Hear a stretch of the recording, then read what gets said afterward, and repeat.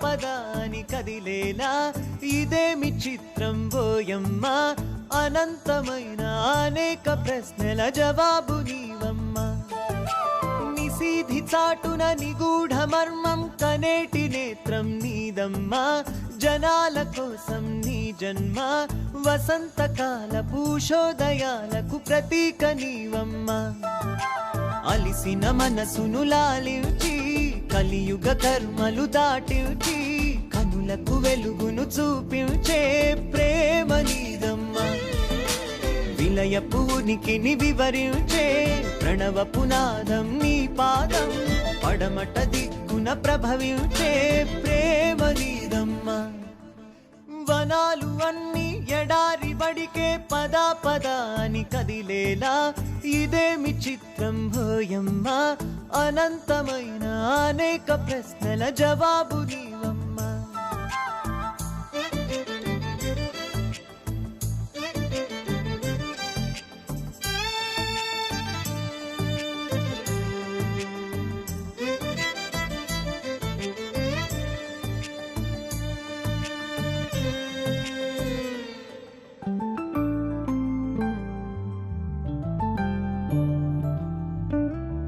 ఫలానా రోజు ఫలానా చోట ఇలాంటి మాట వింటారంటూ భవిష్యవాణి తలంపులన్నీ తెలిపే నయనం తనదని మనిషి కోసం ధనుస్సులాగా ప్రతి క్షణాన కావలి కాస్తూ పరిశ్రమించే ప్రభాత కిరణం ఇదిగో ఈమె రాహువు రాకను గమనించి రక్కసి రెక్కలు తెగ నరికి వెన్నెల వర్షం కురిపించే నింగి నీవమ్మ ఉక్కిట గరళం నువ్వు దాచి చెక్కిట నవ్వులు పూయించి చక్కటి బంధం పెనవేసే జన్మ నీదమ్మా వనాలు అన్ని ఎడారి వడికే పదా పదా అని కదిలేలా ఇదేమి చిత్రం ఓయమ్మ అనంతమైన అనేక ప్రశ్నల జవాబు నీవమ్మా నిశీధి చాటున నిగూఢ మర్మం కనేటి నేత్రం నీదమ్మా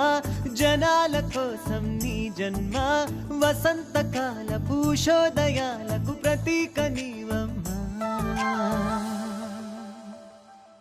సుభద్రను అత్తారింటికి పంపించేస్తున్నారు కాంతమ్మ గారి కూతుర్ని పట్టుకొని పండక్కి జాతరకి దేనికి ఈ ఊరు రావద్దన్నారు నీ వెనకుండి సదా నిన్ను ఆశీర్వదించాలనే మీ అమ్మ గాయత్రీదేవి ఫోటోని తెప్పించాను విశాల్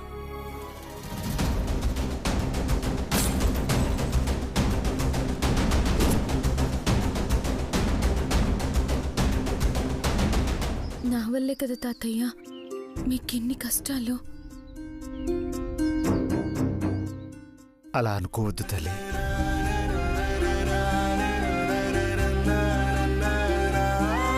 ఈ ఊరి యోగక్షేమాలు చూసే విశాలక్షమ్మ వారికి కూడా సమయానికి నైవేద్యం అందదు అట్లాంటిది మనకొచ్చే కష్టం ఏ పాటిది ఆ పిల్లని రేపు పొద్దు పొడిసే లోపు మన ఊరి పొలిమేర దాటించాలని ఈ ఊరి పంచాయతీ పెద్దలు నిర్ణయించారు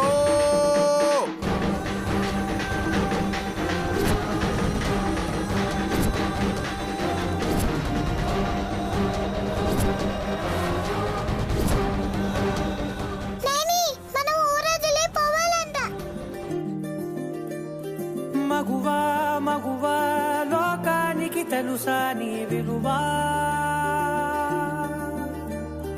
మగువా మగువా నీ సహనానికి సరిహద్దులు కలవా అటు ఇటు అన్నింటా నువ్వే జగమంతా పరుగులు తీస్తావు ఇంట బయట అలుపని రవ్వంతా అననే అనవంట వెలుగులు పూస్తావు వెళ్ళేదారంతా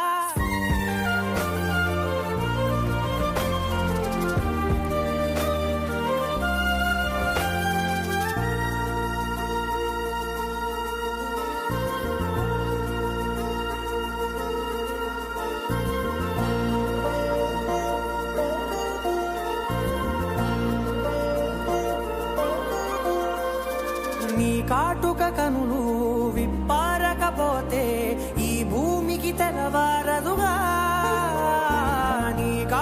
చేయి కదలాడకపోతే ఏ మనుగడ కొనసాగదుగా. ప్రతి వరుసలోను ప్రేమగా అందుకున్న బంధమా, అంతులేని మీసమా, అంచనాల కందున ఆలయాలు కోరని ఆదిశక్తి రూపమా, నీవు లేని జగతిలో దీపమే వెలుగునా. నీదగులాలనలో ప్రియమగు పాలనలో ప్రతి ఒక్క మగవాడు పసివాడేగా. ఎందరి పెదవులలో ఏ చిరునవ్వున్నా ఆ సిరి మెరుపులకు మూలం నువ్వేగా.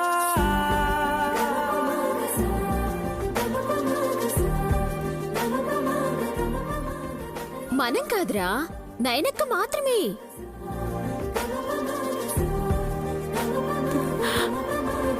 ఆడపిల్లని గడప దాటించాలంటేనే భయం వేస్తోంది. అలాంటిది ఊరెలా దాటిస్తావు? చాటింపు కూడా వేసేశారు. ఇక మనం వెళ్ళక తప్పదు.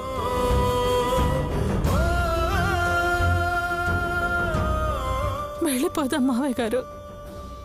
అలాగే శ్యామల. అమ్మవారి గుడికి నాకు మధ్య ఉన్న రుణం తీరిపోయినట్టే. ఏమక్క, తలనొప్పి రావట్లేదా? ఏదో ఒకటి చెప్పు. రేపు మనం వెళ్లకుండా అడ్డుకునే శక్తి ఏదైనా వస్తుందేమో కాస్త చెప్పొచ్చుగా. ఓహో, తమరొచ్చే ఆపదలు అరిష్టాలు మాత్రమే చెప్తారు కదూ. ఆపవే నీ వెటకారం. అనుకున్నట్టుగానే వెళ్ళక తప్పదని తెలిసింది కదా. వెళ్ళి ఆ పనులు చూడు. జ్యేష్ఠదేవిని సాగనింపకుండా మనమందరం వెళ్ళడం అవసరమా అమ్మా? నువ్వుండాలనుకుంటే ఇక్కడే పడుండవే.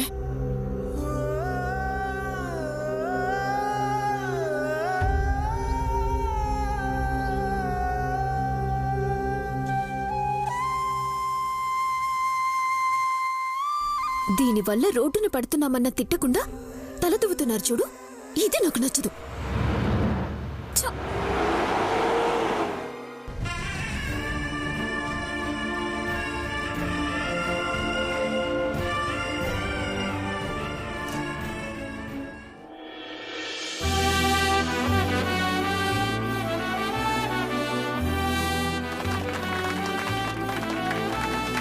విశాల్,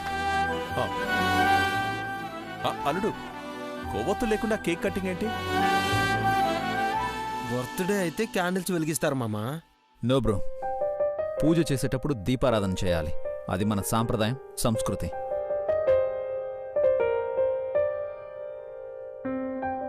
వండడానికి మంట పెట్టాలి, కానీ తినేదాని మీద కూడా మంట పెట్టడం ఆర్పడం ఎందుకు? Well said sir. మీరు అమెరికా నుంచి వచ్చారంటే నమ్మబుద్ధి కావట్లేదు. అంకుల్, నేను అమెరికా నుండి వచ్చిందే గాయత్రి గ్రూప్ ఆఫ్ కంపెనీస్ని నంబర్ 1 చేయడానికి. ముందు ఇది ఫినిష్ చేద్దాం.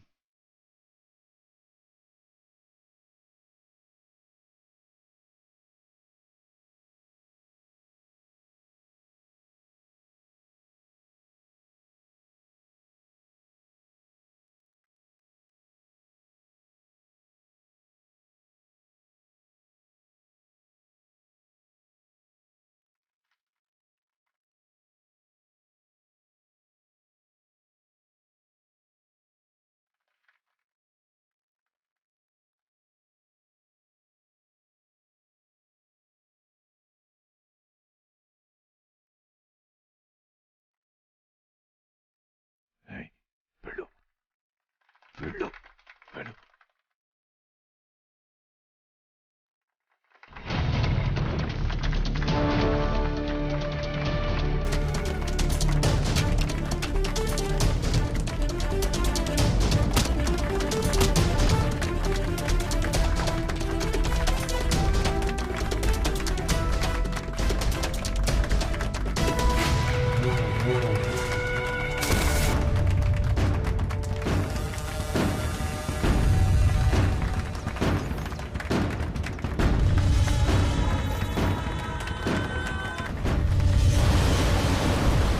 Good morning sir. Morning.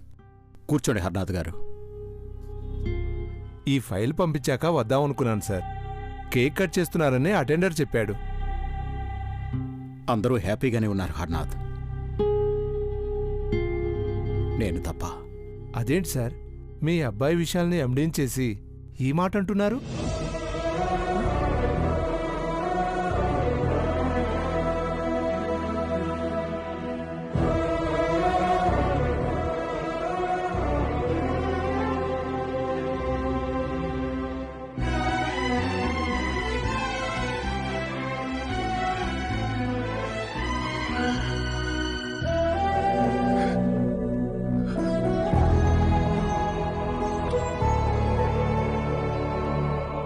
Sir sir దేని గురించి సార్ అంత సీరియస్గా ఆలోచిస్తున్నారు? మిస్టర్ హర్నాథ్, నా భార్య గాయత్రీదేవి పేరిట ఉన్న కంపెనీ ఆస్తులన్నీ నా కొడుకు విశాల్ పేరు మీదకి ప్రాపర్టీస్ ట్రాన్స్ఫర్ చేయిస్తున్నట్టు డాక్యుమెంట్స్ రెడీ చేయండి. నేను సంతకాలు పెట్టేస్తాను. తదనంతరం కూడా విశాల్కు పుట్టే పిల్లలు, వాళ్ల పిల్లలు, అలాగే వారసత్వం కొనసాగాలి. సార్, తిలోత్తమ మేడం, వల్లభ, విక్రాంతుల పేర్ల మీద ఉన్నవి 10 పైసల వంతు.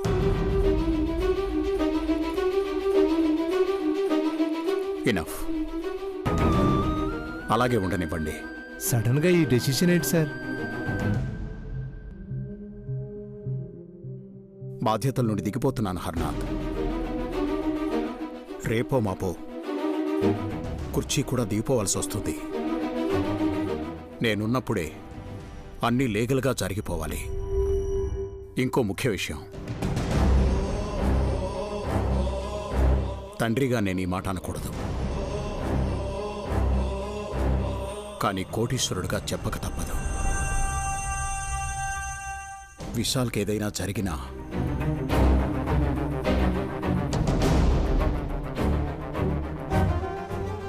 ఆస్తి అనాథ పిల్లల్ని చూసుకునే గాయత్రీదేవి చారిటబుల్ ట్రస్ట్కి వెళ్ళిపోవాలి. రేపు నేను ఆ డాక్యుమెంట్స్ చూస్తాను. అలాగే సార్, వస్తాను.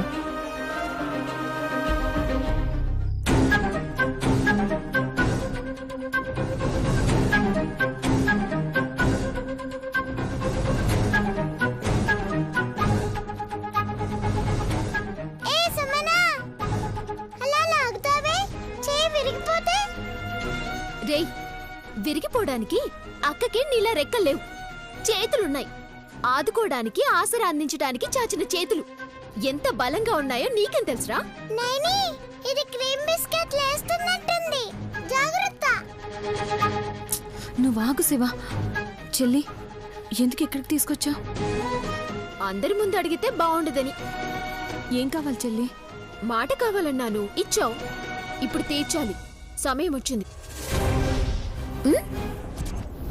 ఖచ్చితంగా నువ్వు కోరింది నాకు చేతనైంది ఇస్తాను, సరేనా? వద్దొద్దు నైని, మన ఇంట్లోకి వెళ్దాం పదా. ఈ టక్కులాడి నీ కొబ్బ ముంచే ఉపాయం మీద వేసుకొని వచ్చినట్టుంది. రే శివ, ఎక్కువ మాట్లాడుతున్నావు. జీడిపప్పు కాదురా, గన్నేరు పప్పు పెట్టి చంపేస్తా చెప్తున్నా. నువ్వు పొల్ల పెడితే చాలమ్మా, చచ్చోరుకుంటాం.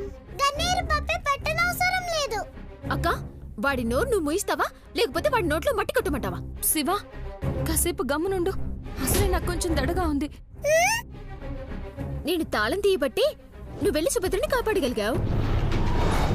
ఆ రోజు నేను అడిగింది చేస్తానన్నావు, ఈ రోజు అక్కడికొచ్చింది. నువ్వు మాట తప్పవని నాకు తెలుసనుకో. నన్నేం చేయమంటావు సుమనా? పుట్టినప్పటినుంచి ఆ నోట ఈ నోట నువ్వు శనిదాన్ని అనిపించుకున్నా, నేను మటుకు అందగెత్తనని, సుమనోహరాన్నని, కూర్పకళ్ళైతే కత్తి, పండు, లడ్డు, ఇంగ్లీష్లో బ్యూటీ అనిపించుకున్నాను. అవునా?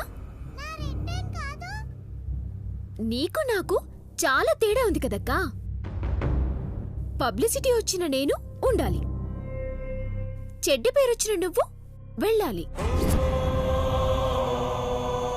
తాతయ్య, అమ్మ, నేను ముగ్గురం ఇక్కడే సర్దుకుంటాం. నువ్వు ఈ రాత్రికే ఏమీ సర్దుకోకుండా వెళ్ళిపో అక్కా.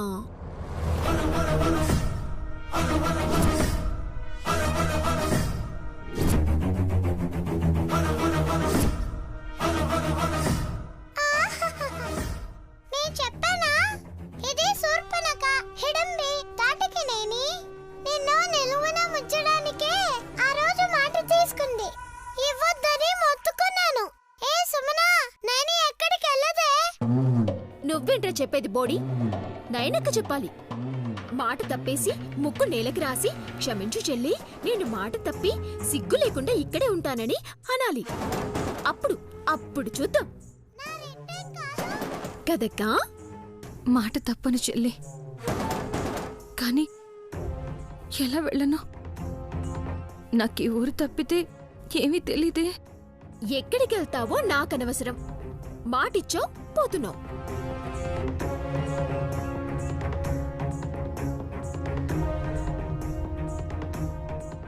నీ నోట్లో కారం కొట్టా. నీ తోడబుట్టిన అక్కన వెళ్ళగొడతావా? వీణ్ణి కొట్టేస్తానక్క. వద్దు చెల్లి, శివకు నేనంటే అభిమానంతోనే అలా అన్నాడు. వాడనన్ననేది? తాతకు చెప్తానుండు. చెప్పరా చెప్పు. నేను ఈ ఊరు విడవలేక వేరే ఊళ్ళో ప్రాణాలు విడిస్తే అప్పుడు మీ కడుపులు చల్లబడతాయేమో. అలా మాట్లాడకు చెల్లి,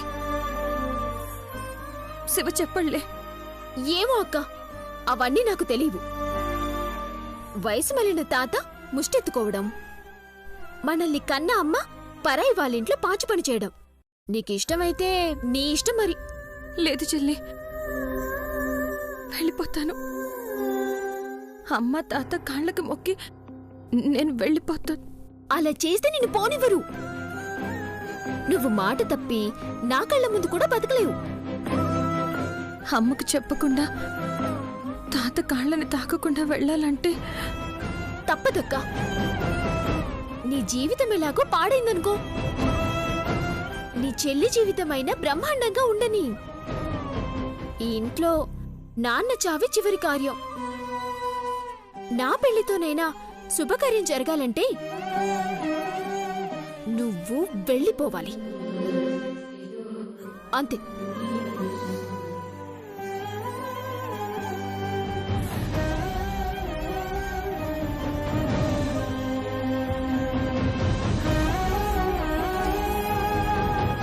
దాన్ని ఉచ్చులో పడుకునేని తాతకి చెప్తే దాని ముక్కు కోస్తాడు. నువ్వు ఎవరితో చెప్పకు శివ, నా మీదొట్టే అంతే.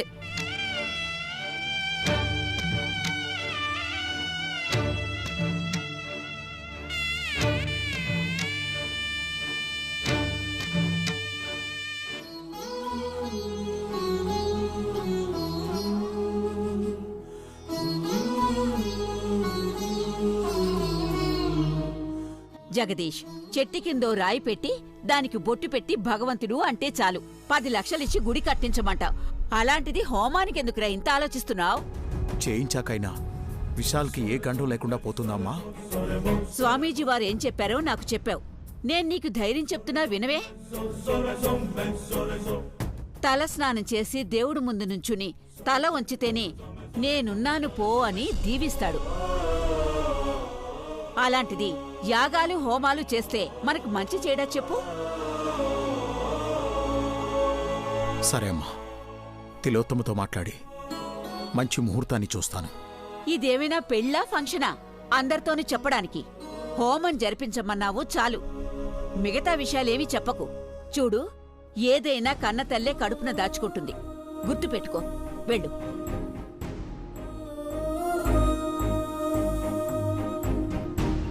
వీడిప్పటికీ నాకు చిన్నపిల్లల్లా కనపడతాడు. అయోమయంలో పడ్డాడంటే చాలు, అమ్మ కావాల్సిందే.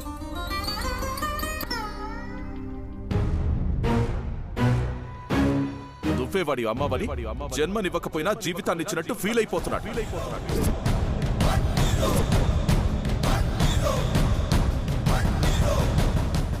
నా అల్లుళ్ళు వల్లభ విక్రాంత్, ఆయన రక్తం కాదనా నిర్లక్ష్యం చేస్తున్నాడు.